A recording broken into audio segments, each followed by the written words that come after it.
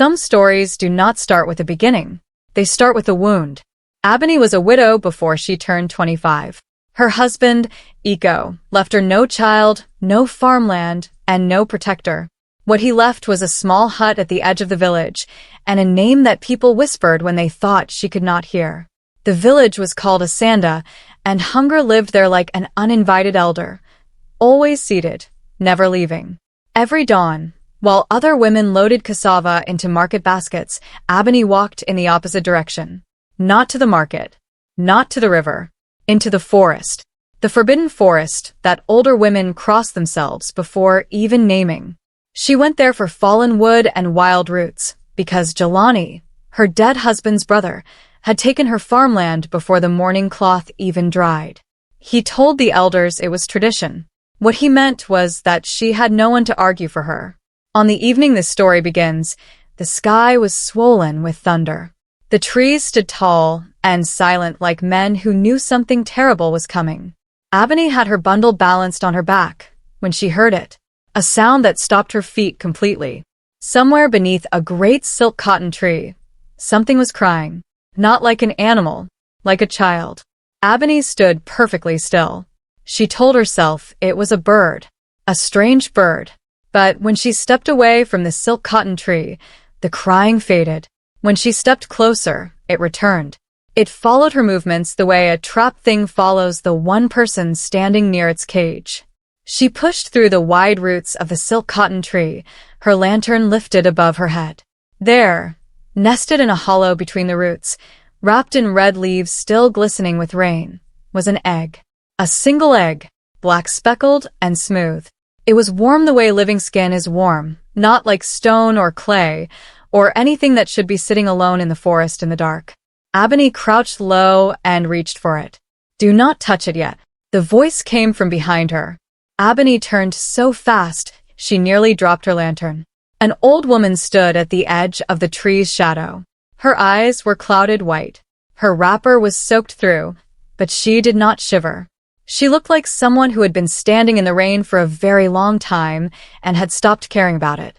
"I know your name," the old woman said. "I know your grief, and I know why the forest called you tonight." Abony did not run. Later she could not explain why. The old woman's clouded eyes seemed to look through her rather than at her. She said, "The forest gives gifts only once to those who suffer without witness. You have suffered without witness for 3 years. Tonight it is your turn." She told Abony to lift the egg carefully and balance it on her head. She was not to speak.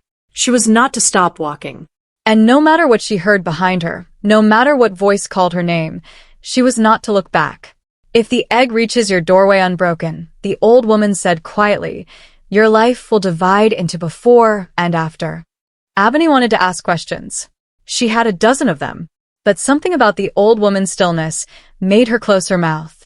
She lifted the egg from its red leaf nest, placed it gently on her folded headcloth, and began walking home through the dark. The first part of the path went well. The forest was quiet. Even the thunder seemed to be waiting. Then, halfway home, where the path curved near the old dry riverbed, she heard it. A voice. Soft and very familiar. Her dead husband's voice. Calling her name. From behind. She turned. Just one heartbeat. Just one quick glance over her shoulder into the dark path behind her. There was nothing there. Only trees and shadow, and the sound of rain beginning again.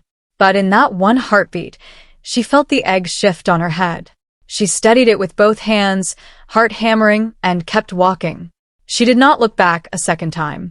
When she reached her hut, she lowered the egg with trembling hands and set it in a clay bowl lined with old cloth. In the dim light of her lantern, she saw it.